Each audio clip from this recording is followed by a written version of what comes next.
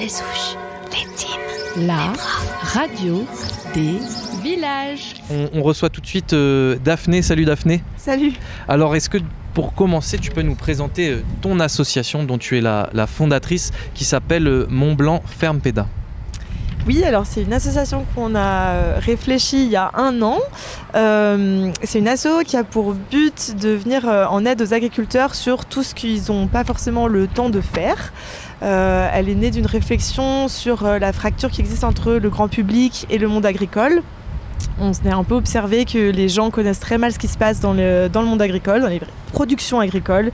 Et du coup, on a proposé un service externalisé aux agriculteurs pour venir ouvrir leur ferme et expliquer concrètement ce qu'ils font au quotidien. Et tu le dis justement, le but de l'asso, c'est de recréer du lien entre grand public et agriculteurs. Nous, on te reçoit là pour un volet un peu pédagogique parce que dans l'agriculture, il y a un peu tout ce côté-là de on ne sait pas tout ce qui se passe derrière, et on le mentionnait avec Victorien, quand tu arrives pour acheter ton fromage à la ferme, et bah, tu ne sais pas toute l'énergie que ça demande. Comment t'en es arrivé à justement monter cet asso? Qu'est-ce qui t'a poussé dans cette voie particulièrement?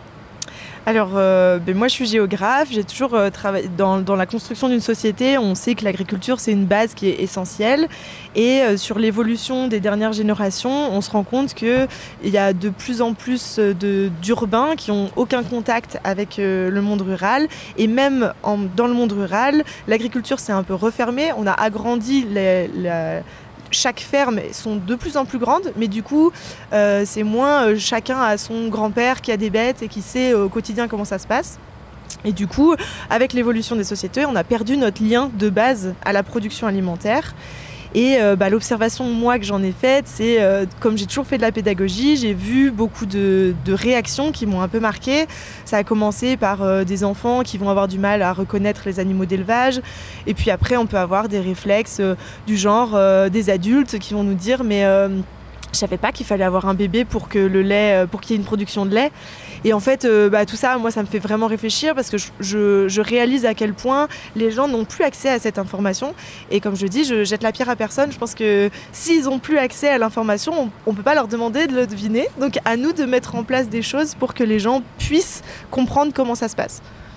Et sur quel périmètre vous intervenez avec l'association? Tu as dit que vous veniez en aide aussi aux agriculteurs sur certaines tâches. Sur quel périmètre vous intervenez? Alors pour l'instant, on a vraiment visé la vallée de Chamonix. C'est une vallée qui me paraissait extrêmement intéressante pour plein de paramètres. J'aimerais bien, maintenant que le concept s'est un petit peu lancé et qu'on a vu que c'était plutôt positif sur la vallée, on aimerait bien ouvrir, aller ailleurs en Haute-Savoie. C'est en train d'être réfléchi, mais déjà c'était intéressant comme c'est un nouveau concept qui n'avait jamais été pensé, c'était déjà voir comment ça allait réagir au niveau des visiteurs, au niveau des agriculteurs, au niveau de nous, notre structure, mettre des statuts, faire un cadre correct. Et là, on a fait la première partie de l'année qui s'est plutôt bien déroulée, donc on réfléchit à la suite. Pour parler des actions de l'association, il y a beaucoup des visites, des ateliers. On a déjà fait un reportage avec notre collègue Roman qui est venu pour un atelier fabrication de beurre. Oui. Moi, je suis venue aussi. Vous aviez un projet avec la micro-ferme à l'auberge de jeunesse. Et donc, oui, voilà, c'est ça, cette histoire de pédagogie, de transmission, ça passe beaucoup par le faire et faire voir. Oui. Ça passe par tout ce que l'agriculteur faisait historiquement et qu'aujourd'hui ne fait plus parce qu'il est concentré sur de la production. Donc ça veut dire venir en aide sur toutes les problématiques qui sont liées à la biodiversité, gestion des espaces, à la production, donc c'est vraiment créer de la nourriture, et la sensibilisation, donc expliquer aux gens ce qu'ils font réellement pour aussi permettre aux gens de faire des choix alimentaires qui sont plus construits, qui sont plus réfléchis. Et on en parlait avant pendant la musique, tu nous parlais d'une action sur la renouée du Japon. On en parlait avec Xavier Dunant. Qu'est-ce que c'est votre action sur cette plante invasive? On a choisi la même plante avec Xavier Dunant, c'est marrant. La renouée du Japon, c'est une plante qui fait un peu parler dans la vallée de Chamonix parce qu'on est à la naissance de larves. Et c'est une plante qui se développe par ses rhizomes, donc ses racines, et qui se disperse très facilement avec l'eau. Donc en fait, nous, dans la vallée de Chamonix, on en a beaucoup. Il y a l'eau qui la disperse, et puis il y a les remblais. En fait, quand il y a une petite brèche de rhizome qui va se retrouver dans la terre, et qu'on va faire des travaux, on vient amener de la terre qui va être contaminée, et elle va se répandre très vite partout. Donc dans la vallée de Chamonix, on a beaucoup de renouée du Japon. C'est une plante qui a été apportée en Europe il y a longtemps, et elle était apportée à la base pour du fourrage, donc c'est une plante fourragère. C'est là où on tilte de se dire, une plante fourragère, pourquoi on la donnerait pas à manger à des bêtes? Et nous, aujourd'hui, on a fait des bibliographies, il n'y a aucune recherche qui a été faite sur d'autres animaux que les caprins. On a déjà essayé de mettre des caprins sur des parcelles envahies par la renouée du Japon. On s'est rendu compte que ça pouvait marcher en certaines conditions, mais c'est très lent. En gros, c'est du pâturage, donc la bête, elle mange la plante et la plante revient l'année d'après.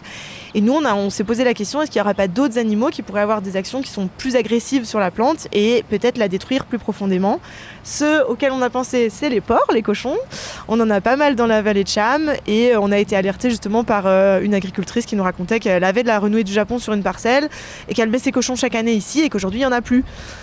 On s'est dit, mais il faut absolument aller chercher ça. Est-ce qu'il y a une possibilité qu'un cochon puisse exterminer la renouée du Japon d'une parcelle? Là, ça fait 8 mois. On a pris une jeune qui est en master en écologie, qui est venue pour 8 mois et faire une première étude sur plusieurs parcelles communales qu'on a à Chamonix et aux Ouches, où on a mis des cochons et des chèvres, et on a observé comment ils travaillaient sur la renouée, et on a fait un protocole de recherche, on fait un suivi hebdomadaire et des relevés. Et pour le moment, ils en sont où ces résultats? Ah là là, pour le moment, ça nous pose plus de questions que de réponses. C'est la recherche, c'est souvent ça.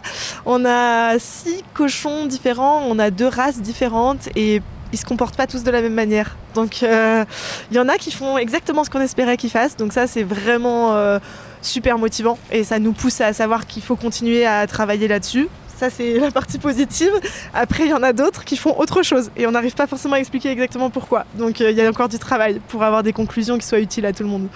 Et du coup, vous intervenez, comme tu l'as dit, dans la vallée de Chamonix principalement pour le moment. Une vallée qui est aussi, on va dire, en proie pour certains, un tourisme de masse. Est-ce que pour toi, c'est aussi important, avec cette activité de Mont Blanc Ferme Péda, de proposer autre chose aux touristes, aux gens de la vallée que des randonnées, du sport extrême, etc.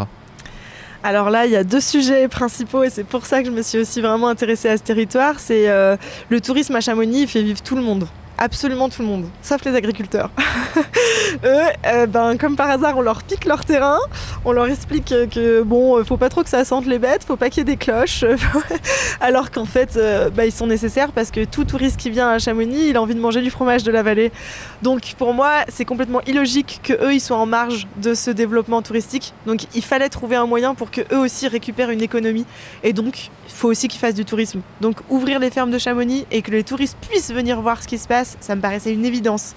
Donc déjà là, quand je leur en ai parlé, ils m'ont tous dit « Ah oui, c'est une bonne idée, mais nous, on ne peut pas faire ça. On n'a pas le temps, on n'a pas la pédagogie, on nous a pas appris à mettre en valeur ce qu'on fait. » Donc c'est déjà la base, c'est venir faire ça.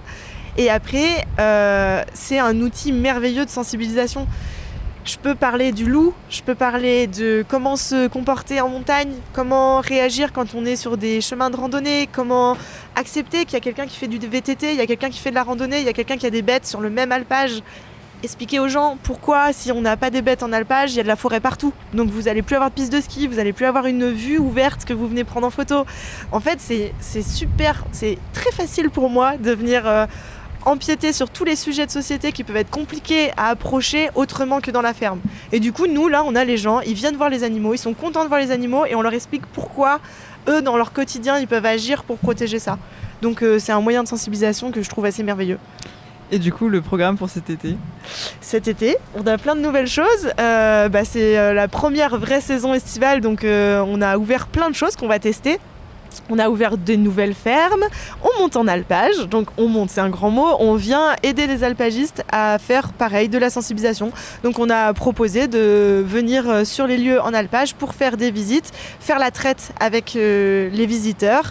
Donc ils découvrent vraiment ce que c'est que la vie de l'alpagiste et ils dégustent les produits en alpage. On a de l'éco-pâturage qui se met en place aussi sur nos hôteliers de Chamonix qui ont commencé à vouloir s'investir aussi sur l'éco-responsabilité et la relation à l'agricole. Donc on va aller mettre des bêtes de réforme sur des terrains privés au centre de Chamonix. Voilà, on travaille aussi avec les mulets, ça n'avait encore jamais été fait dans la vallée. On essaye d'expliquer ce que c'est qu'un équidé, à quoi il peut servir dans l'agriculture. Voilà, c'est un peu les grands projets de cet été. Et l'été, il y a souvent un sujet qui revient beaucoup aussi, c'est les patous, les chiens de défense dans les alpages. Est-ce que vous intervenez aussi pour faire, je sais pas, de la sensibilisation, comment se comporter quand un chien vient vers toi, etc.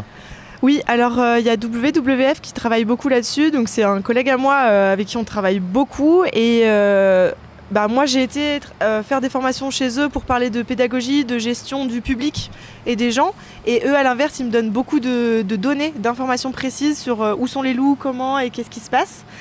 Et après, moi, j'utilise du coup mes visites pour sensibiliser tous les visiteurs et leur expliquer quels sont les bons comportements à avoir en montagne. Et dernièrement, je pense la petite réussite aussi, c'est que du coup, on a quasiment, on a beaucoup des gros hôtels de Cham qui vont ajouter dans leurs informations, qui donnent à tous leurs clients les gestes à avoir pour quand ils vont se balader en randonnée, comment réagir quand on a un chien, quand on est en face d'un patou, etc. Ça, pour moi, c'est une belle réussite parce qu'on arrive à faire passer un message à plein de gens qui n'auraient peut-être pas eu l'information si ils n'étaient pas venus à la ferme. Merci beaucoup Daphné pour tous ces éléments et pour ce super projet. Est-ce qu'on peut peut-être dire à nos auditrices, nos auditeurs où ils peuvent retrouver les actualités, les activités de ton association ? Oui, donc c'est sur le site internet, sur Mont Blanc Ferme Péda. On met toutes nos activités en ligne et globalement c'est le mercredi et le dimanche chaque semaine on peut s'inscrire en tant que particulier. Et après on fait aussi des soirées et on fait aussi des activités de groupe, de séminaires, d'écoles, colos, donc on est ouvert à toute proposition, on s'adapte. Merci beaucoup.